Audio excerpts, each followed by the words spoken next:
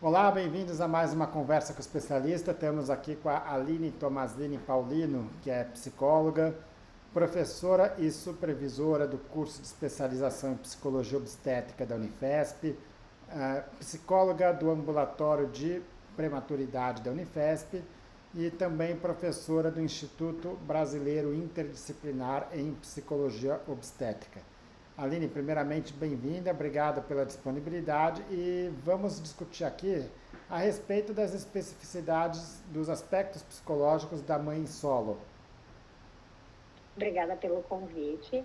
Quando a gente fala sobre mãe solo, nós temos que entender qual é a história dessa mãe, como que tudo isso aconteceu, porque às vezes é um relacionamento que foi só uma noite e aí ela vai procurar esse homem e ele não quer saber do bebê. Então, nós temos que entender qual que é a história dessa mulher, porque ela vem cheia de medos, ansiedades, insegurança, porque muitas vezes esse parceiro vai desaparecer e ela vai ter que lidar com todas as transformações físicas, hormonais e psicológicas sozinha, sem ter com quem lidar, né? Sem ter uma pessoa para conversar, porque muitas vezes ela pode ter um parceiro que eles não tenham mais um convívio como casal, mas ele quer essa criança e vai acompanhar. Então, a história que essa mãe te conta, você vai entender e vai poder ajudar nessa questão. O que eu quero dizer é que o emocional dela fica mais fragilizado quando ela não tem esse apoio, mesmo que não seja como um casal, e sim uma pessoa que possa ao menos acompanhar nos pré-natais, né, para saber como esse bebê tá. Ótimo. Bom, e aí você falou que dessa história, né? Então, vamos pegar algumas situações diferentes. Então, uma situação é o que você disse, que é aquela pessoa que teve uma relação uma noite, ninguém pensou em nada disso, foi uma coisa pontual, mas aconteceu. Uma outra situação é aquele casal que já tinha uma relação, já tinha uma coisa mais estável, ah, enfim, e durante a gestação acaba se separando. E aí pode ser também uma questão do o companheiro, né, o marido que acaba optando por não seguir em frente, e pode às vezes até ser a opção da própria mulher de falar, olha, não, não quero essa pessoa do meu lado. Né? O que muda nessas situações? Na verdade, vai mudar a forma que ela vai enfrentar tudo isso. Porque a partir do momento que ela fala, eu não quero mais essa pessoa do meu lado, é porque ela entende que ele vai fazer mais mal para ela do que bem, né? Por algum motivo nessa relação, ela vai falar, não, eu vou criar meu filho sozinha e eu não quero que meu filho tenha contato e eu também não. Mas o que eu quero dizer com tudo isso é toda a questão emocional, porque muitas vezes é emocional que essa gestante vai passar, porque ele pode representar o papel de estar junto com ela, dando um apoio emocional, vamos dizer assim, de estar com ela nas consultas, ajudar essa mulher com as necessidades do bebê e eles não terem um vínculo afetivo. E para ela, tudo bem, porque ela se sente segura que ele ter um companheiro, uma pessoa que acompanha, né? Vamos dizer assim, aquela figura que vai dar uma segurança para ela nessa parte. E aquela mãe que desde o início já é sozinha, ela vai lidar com muito mais ansiedade, muito mais inseguranças de como vai ser essa gestação e de como ela vai dar conta disso tudo. Porque a partir do momento que ela entra em contato com uma pessoa, vamos supor que ela conhece a pessoa e fala, eu tô grávida, e o cara some, ela já sabe que ela vai ter que lidar com a gestação sozinha. Ótimo. Bom, e acontece, né? Então, não está mais junto, se separou, está cada um tendo a sua vida, a mulher ainda é gestante, né? Agora, esse relacionamento, mesmo que não seja como um casal, pode fazer toda a diferença, né? Então, eu me lembro de uma reportagem uma vez que eu vi eu não lembro nem quem que era, mas essas coisas, reportagem, coisa de mídia social, de alguém falando, ele não é um pai de verdade, ele só tira fotos com ela para colocar na rede social, mas ele não tem nenhum cuidado, ele não quer saber da escola dele, ele não quer saber se ele está bem, se ele está mal, ele quer pegar ele um dia, ir no parque, tirar um monte de foto, colocar na mídia social falando que ele ama o filho, e é isso, né? Existem outras situações em que, olha, tudo bem, estamos cada um tendo a sua vida, né? Mas vamos avaliar como ter o cuidado da melhor forma possível. E existe até a situação oposta, onde o pai da criança quer ter mais contato, mas a mãe não quer permitir esse contato, né? Como é que você vê isso? Tem muito a ver com a experiência que essa pessoa está vivenciando, que essa mulher está vivenciando. Primeiramente, como eu falei, eu acho que se ela já veio de uma família que teve rejeições, que já teve um abandono, ela vai também projetar um pouco da experiência dela nisso que ela vai, com essa criança que é dela, né? É uma coisa que ela vai olhar. O que acontece com esse pai que só quer posar nas redes sociais? Ela está falando que ele não tem responsabilidade nenhuma. Tanto uma responsabilidade que com certeza é financeira, como uma responsabilidade emocional com essa criança, né? De como essa criança vai se sentir. Quando a gente fala, ele só quer pousar, mas ele não quer saber. Será que ele está ajudando financeiramente com as coisas básicas, né? E tem aquele pai que vai participar, que cada um vai pegar a sua vida, vai dividir a conta, e essa criança sabe que eles não vivem juntos, mas ele tem um pai mais presente, acho que divide mais as coisas. E eu acho que ele teria também uma mãe que emocionalmente, vamos dizer assim, né? Ela sabe que ela pode contar com aquela pessoa, né? Aquela pessoa que fala assim, eu posso dividir tanto a questão financeira, mas eu sei que eu posso contar com ele para ficar com meu filho numa emergência, numa situação. Ele faz o seu papel de pai. E tem aquela situação, como você falou aí, que chega um momento que ela fala, não, eu não sei, talvez ele faça tão mal para o meu filho que eu não quero que ele tenha contato nenhum, eu vou assumir essa criança e ponto. E a gente não sabe quais são os fatores, né, mas que ela não quer que tenha essa aproximação, né? Eu não quero que conviva, não quero, ele vai procurar e eu não vou deixar o meu filho conviver, porque isso com certeza vem muito da história de quando teve esse positivo, de como que foi esse relacionamento anterior, e ela prefere que não tenha. Claro que esse pai depois pode procurar os direitos dele, tem toda uma outra questão, mas enquanto ela tem o direito de não querer, e ele vê o que ele vai fazer com isso, se para ele tudo bem ficar afastado, ou se ele busca os seus direitos para se aproximar, né? Ótimo. E de que forma que o psicólogo pode ajudar nessa compreensão, né? Porque muitas vezes é uma coisa impulsiva, quer dizer, às vezes depende do grau de proximidade prévia, de todos esses fatores, mas muitas vezes a própria mulher não sabe o que ela quer, né? Na verdade, o psicólogo, o papel dele é de orientar, mostrar para essa mulher que tem essas questões que são emocionais dela, mas que ela também tem que olhar para essas questões que são da criança. Porque nem sempre eu posso generalizar o que eu não quero, eu não posso que o meu filho tenha o contato. Quando ele tem 2, 3 anos, ele vai perguntar quem é meu pai. E a gente vai sempre usar aquele discurso antigo, seu pai morreu, sendo que muitas vezes a criança tem um pai e ela tem o direito de conhecer. O direito que é da criança. Então, qual que é o nosso papel? Entender o contexto, onde tudo isso acontece, como que foi essas relações, e também mostrar para ela que tem métodos seguros essa criança se aproximar do pai, porque é uma questão que ela vai ter que conviver para o resto da vida, essa criança perguntando. E às vezes é mais fácil ela aproximar, tentar fazer esse contato, né, desde que o pai queira, enfim, e tentar juntos ver o que seria melhor para a criança. Né? Ótimo.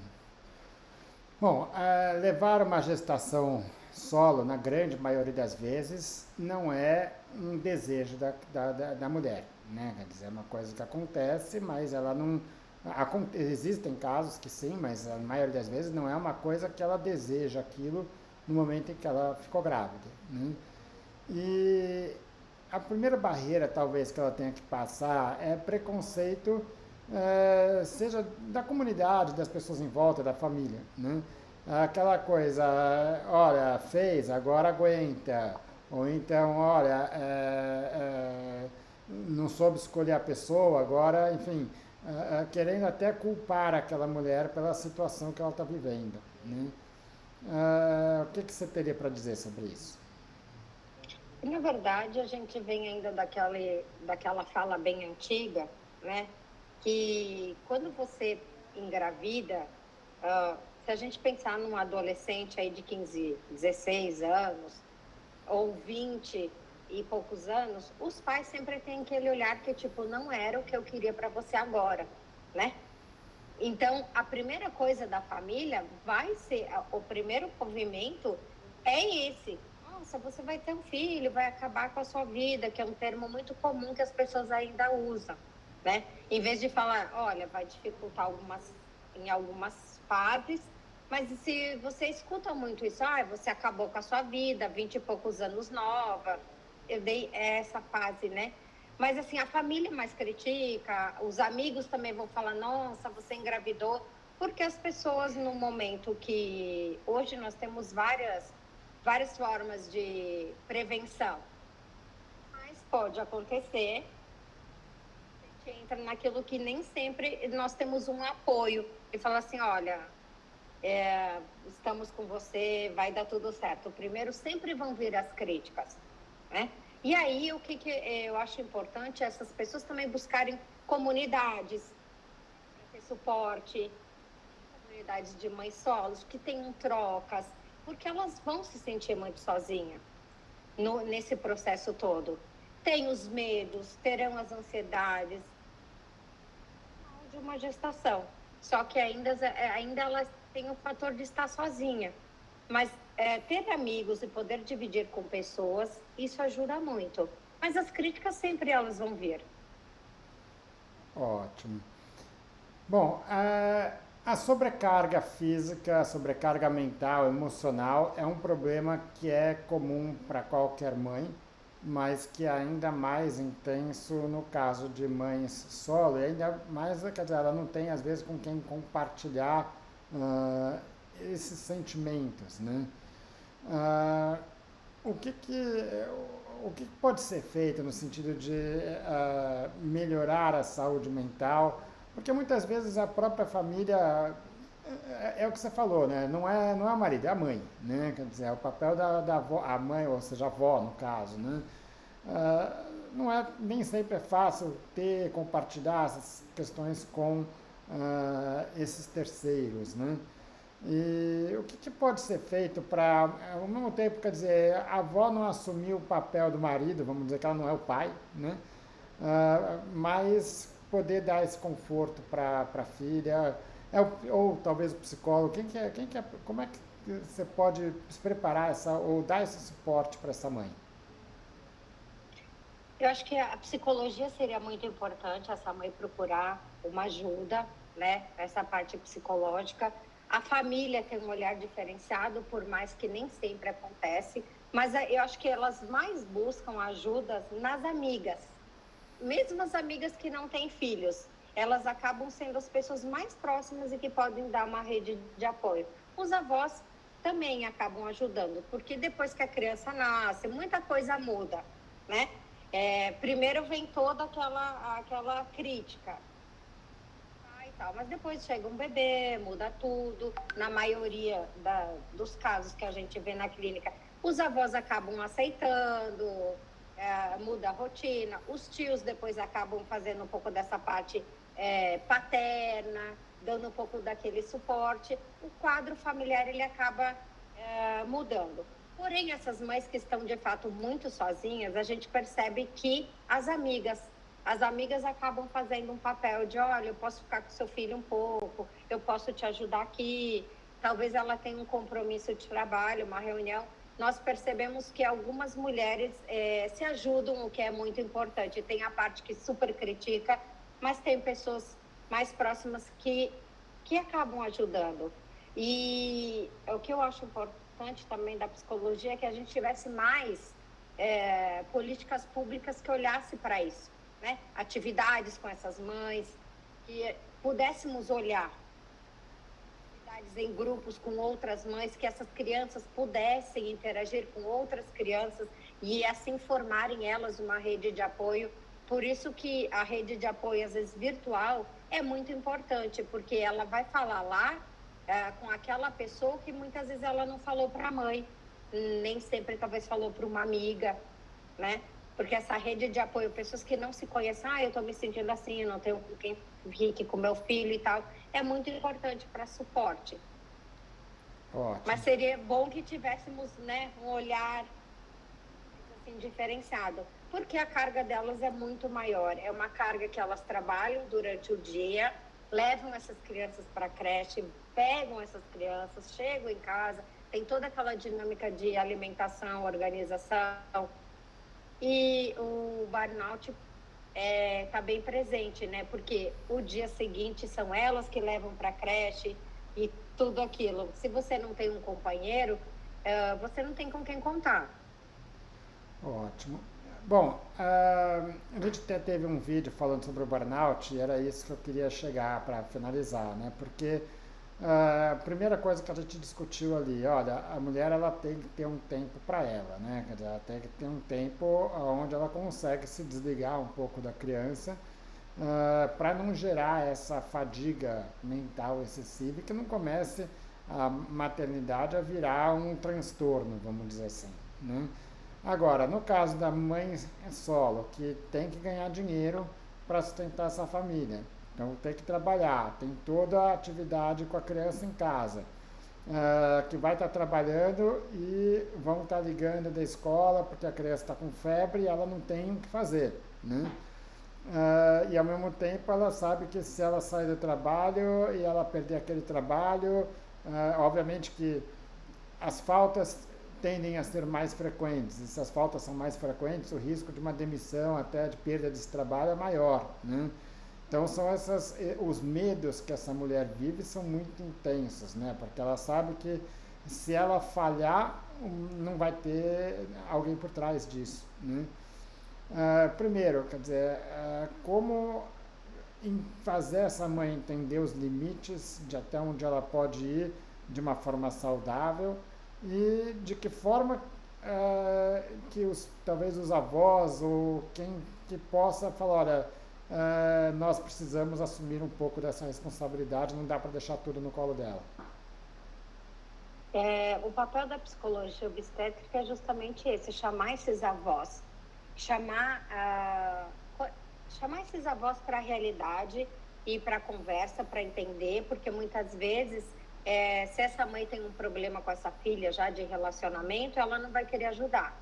Mas a partir do momento que você chama como um profissional e pontua das coisas que podem acontecer e do que é importante, que essa mãe precisa de um tempo, que se eles possam olhar, nós temos um retorno bem interessante, sabe? A gente consegue fazer esse movimento. Porém, tem uma mãe que não tem condição nenhuma, não tem, eu digo assim, de familiares, a gente começa a trabalhar com ela para que ela tenha uma rede de apoio vizinha. Se ela pode ter um vizinho ou uma amiga, a gente sempre vai trabalhar nesse momento para ela ter alguém, buscar alguém, até um amigo, ou um avô, ou uma avó, ou tipo uma bisa, né, que muitas vezes nem sempre foi criado pelos pais, mas que essa pessoa possa ficar umas 4 horinhas no momento de pegar essa criança doente até a mãe chegar. Então, o objetivo é buscar alternativas. O que nós podemos fazer? Né? Vamos acionar uma vizinha? Você tem alguém? Vamos acionar uma amiga? Ou às vezes até a mãe de uma amiga. Vamos pagar? Você consegue pagar? Então, é trabalhar isso. Porque, na verdade, a sensação dela de impotência é muito grande. O filho existe, ela tem que dar conta disso tudo e ela também tem medo do trabalho, de perder esse trabalho que é o sustento dessa família. Como que seria uma creche? Vamos ver uma creche que possa ficar um tempo maior? Enfim, alternativas. E muitas vezes é com mães, se aproximar de outras mães. É porque as mães que têm um filho pequeno, elas têm mais empatia da dificuldade da outra mãe, porque ela passou por isso. Então, o caminho da psicologia tá, esse é seu limite, mas vamos tentar buscar caminhos. Eu não sei se vai ser possível, nós vamos tentar buscar caminhos, né? Alternativas. Acho que o papel é esse, fazer ela entender que ela não dá conta, mas nós também entendemos que muitas mães não conseguem, mas pensar em possibilidades. Quem que poderiam ser essas possibilidades? Como eu falei, essa vizinha poderia ficar nesse momento que a criança está doente?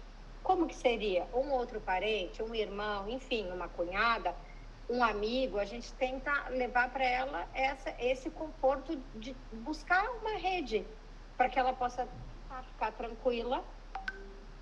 E aí as que não conseguem, a criança vai acabar ficando na escola e ela vai ter que sair do trabalho naquele período e voltar e aí pensar com quem que ela deixaria no dia seguinte. Mas assim, o objetivo é ter uma rede. E normalmente, como o que a gente escuta muito, é quando você tem a mãe solo, ela acaba sendo amparada por outras mães que também passaram por isso. Eu posso pegar sua filha hoje, eu vou ter que trabalhar mais meia hora, eu pego, porque eu sei como é. Então, quem mais se apoia são as mães. Bom, acho que a gente tem aí, vamos dizer, até casais, mas que eventualmente tem uma história, por exemplo, vamos pegar um exemplo de casais estrangeiros, né, onde a família está todo mundo longe, só tem ele, é só o casal, não tem mais ninguém por perto. É entender um pouco como procurar ajuda de quem entender que vai precisar da ajuda, né? Ele vai precisar da ajuda, bem como em algum momento eles vão precisar comunicar esse patrão que eles vão ter que sair, né, por algum momento e não sei qual seria o acordo com essa empresa, eu compenso essas horas, porque essas pessoas que não têm ninguém, chega um momento que esse pai vai ter que sair para ir pegar o filho, ou essa mãe, né? E aí é tentar conversar na empresa que, olha, eu vou precisar sair agora, mas eu posso compensar essas horas, sei lá, na verdade é tentar achar um caminho, tentar negociar, né? Porque você não vai poder deixar seu filho na escola doente, alguém vai ter que sair, vai ter que fazer esse papel. Ou você vai pedir uma ajuda para alguém próximo, ou você vai ter que falar para o seu chefe, eu tenho que ir, e depois a gente conversa. Só que assim, os medos, as inseguranças, eles vão surgir. E por isso que hoje as pessoas também estão buscando outras alternativas, até de empreender, ficar mais em casa, justamente para tentar dar conta dessa outra parte que eu tenho uma empresa que nem sempre consegue olhar para mim nesse papel como mãe e que eu preciso, que a criança precisa dessa mãe, desse pai. Então hoje a gente vê as pessoas sempre se reinventando, né? Tentando, porque tem que equilibrar a maternidade, a paternidade com o trabalho. Ótimo. Aline, acho que era isso que a gente tinha para discutir. Queria te agradecer mais uma vez a disponibilidade aqui.